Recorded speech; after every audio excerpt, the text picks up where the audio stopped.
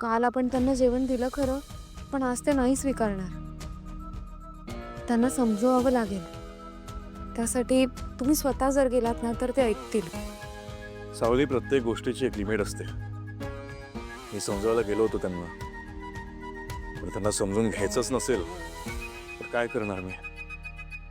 हट्टाला पेटलेत ते.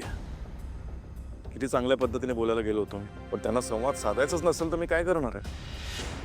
काय नाही करू शकत मी. अहो पण त्यांना त्यांच्या बहिणीचा अपमान. आणि माझ्या आईचा अपमान? सावली, या जगात ना प्रत्येक व्यक्ती सेल्फिश असतो. स्वार्थी स्वार्थी असावं. स्वार्थी असणं चुकीचं नाहीये. आपण स्वतःसाठी जगायला आलेलो असतो इथे, पण तरी ह्याचं तरी भान असायला हवं ना की आपल्यासोबत बाकीचे लोक पण जगतायत. त्यांना फक्त स्वतःच्या स्वार्थाचं पडलंय, स्वतःच्या अपमानाचं पडलंय. माझ्या आईच्या अपमानाचं काय? आणि माझ्या आईचा अपमान झालेला असला तरीही मी बोलायला गेलो होतो, समजवायला गेलो होतो. त्यांनी घेतलं का समजून? नाही.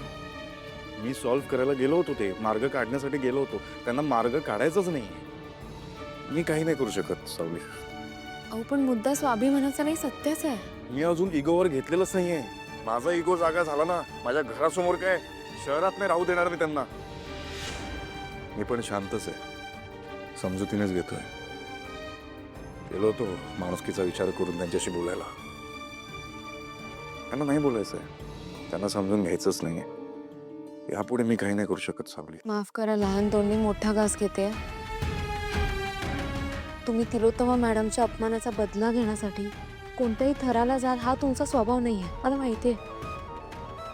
पण सत्य हे सत्य असतं ना, आणि मुळात आपल्याला सत्य काय आहे तेच माहित नाहीये. आपण फक्त एका बाजूने विचार करतोय सारंग सर. आपण एकदा त्यांच्या बाजूने विचार करूयात ना, त्यांची बाजू समजून घेऊयात. मला असं वाटतं की तुम्ही या गोष्टीचा माणुसकीच्या नात्याने विचार करा प्लीज. मुळात आपल्याला सत्य काय आहे तेच माहित नाहीये. आपण फक्त एका बाजूने विचार करतोय सारंग सर.